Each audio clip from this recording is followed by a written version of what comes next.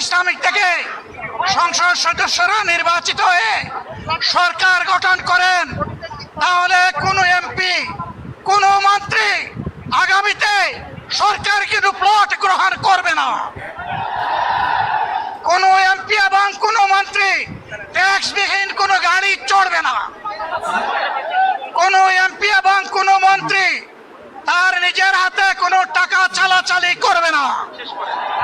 কোনো এমপি এবং কোনো মন্ত্রী যদি তার নির্দিষ্ট কোনো কাজের জন্য বরাদ্দ পেয়ে থাকেন, কাজ শেষ হওয়ার সাথে সাথে বাংলাদেশের 18 কোটি মানুষের কাছে তারা তার প্রতিবেদন তুলে ধরতে বাধ্য হবে।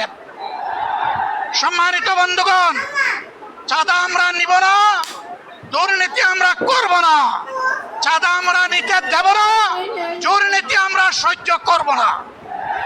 এই বাংলাদেশটাই আমরা দেখতে চাই।